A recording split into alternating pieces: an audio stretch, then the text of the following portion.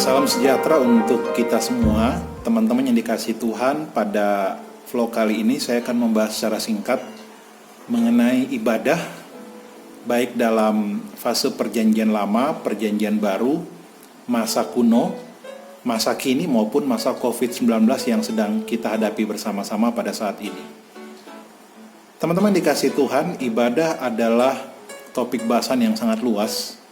Tapi dalam vlog kali ini saya akan membahasnya hanya secara singkat dan sederhana, hanya beberapa bagian saja. Teman-teman yang dikasihi Tuhan, ibadah memegang peranan sentral dalam agama-agama di dunia. Tanpa ibadah, suatu agama akan kehilangan hakikatnya.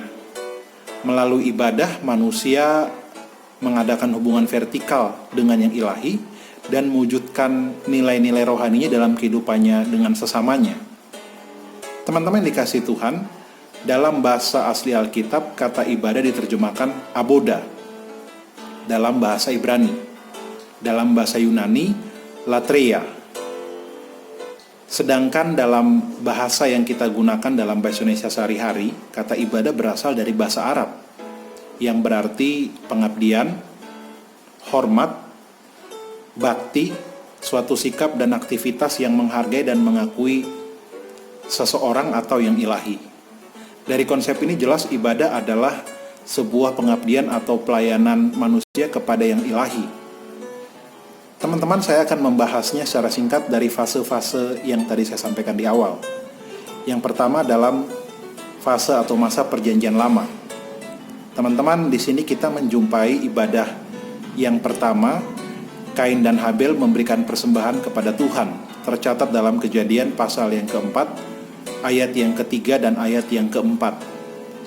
Di sini Kain dan Habel memberikan persembahan kepada Allah, dan hal ini menunjukkan pada dasarnya ibadah merupakan ungkapan batin seseorang yang mengakui bahwa Allah adalah Allah yang berdaulat, yang maha kuasa dan maha baik. Jika Kain dan Habel memberikan persembahan secara pribadi kepada Allah, maka dalam perjanjian lama juga kita menjumpai dalam kitab Keluaran bagaimana Tuhan memakai Musa membuat ibadah begitu terorganisir. Mulai dari tempat ibadah yang disebut juga dengan kemah suci pada waktu itu, berlanjut menjadi bait suci, dan kita menjumpai peraturan-peraturan dalam ibadah, alat-alat atau perabotan dalam ibadah, para pelayan dalam ibadah, bahkan kalender atau tanggal dalam ibadah.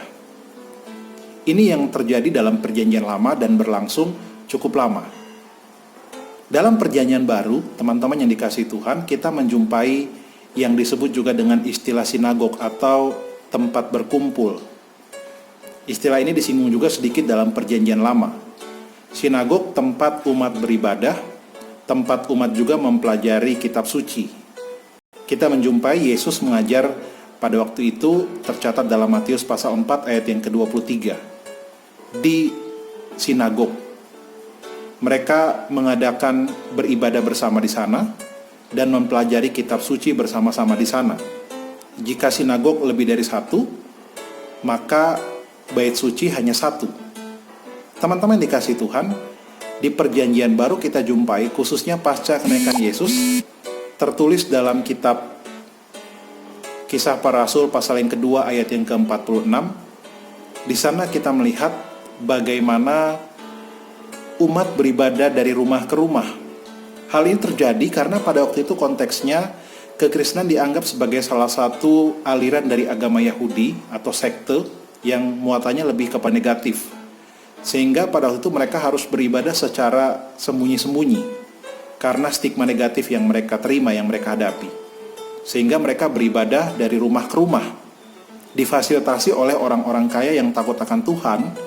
Mereka memberikan rumah mereka untuk dipakai berbakti bersama-sama. Ini yang terjadi pada waktu itu. Dan ini juga masa yang disebut juga dengan masa gereja perdana atau gereja mula-mula pada abad yang pertama.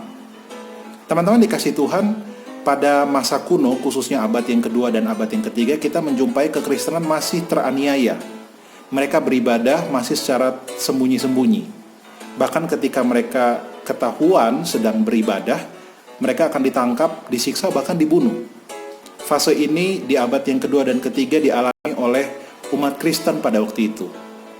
Teman-teman, pada abad yang keempat semua berubah total. Kaisar Romawi yang berkuasa pada waktu itu mengangkat agama Kristen sebagai agama resmi pemerintah, sehingga mereka bisa beribadah secara bebas. Bahkan si kaisar menganut juga agama Kristen pada waktu itu.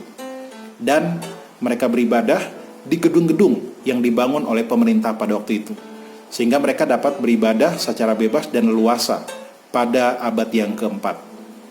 Waktu berjalan dan ibadah terus dilakukan di gedung-gedung gereja, bahkan sampai pada fase masa kini. Ibadah dilakukan di gedung-gedung gereja.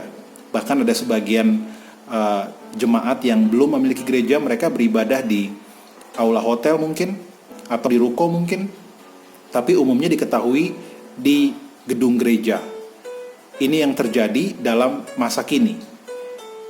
Teman-teman dikasih Tuhan, dalam fase COVID-19 yang kita hadapi bersama, dari pertengahan menjelang akhir bulan Maret 2020, kita kembali beribadah di rumah kita masing-masing.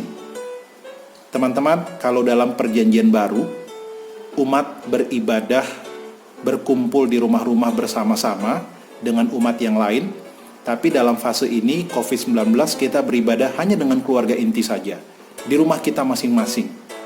Yang membedakan kita beribadah saat ini menggunakan sarana internet, atau beribadah melalui sarana virtual.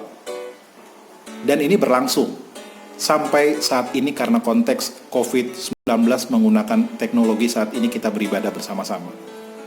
Dari 5 poin penjelasan yang saya sampaikan di atas, kita melihat perubahan-perubahan dari fase perjanjian lama ke perjanjian baru. Bagaimana ibadah tadinya mengutamakan tempat, memutlakan tempat, berubah dari rumah ke rumah, bahkan sampai saat ini, ibadah tidak lagi dipusatkan di tempat-tempat tertentu, tapi dilakukan di rumah-rumah, meskipun tempat adalah sesuatu yang kita perlukan, seperti gedung gereja.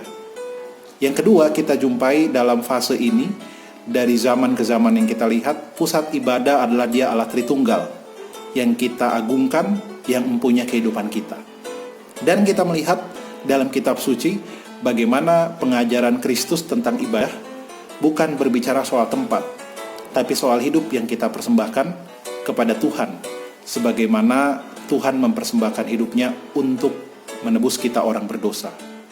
Begitu juga setiap kita, mari dalam semua fase hidup kita, kita melakukannya untuk beribadah kepada Tuhan.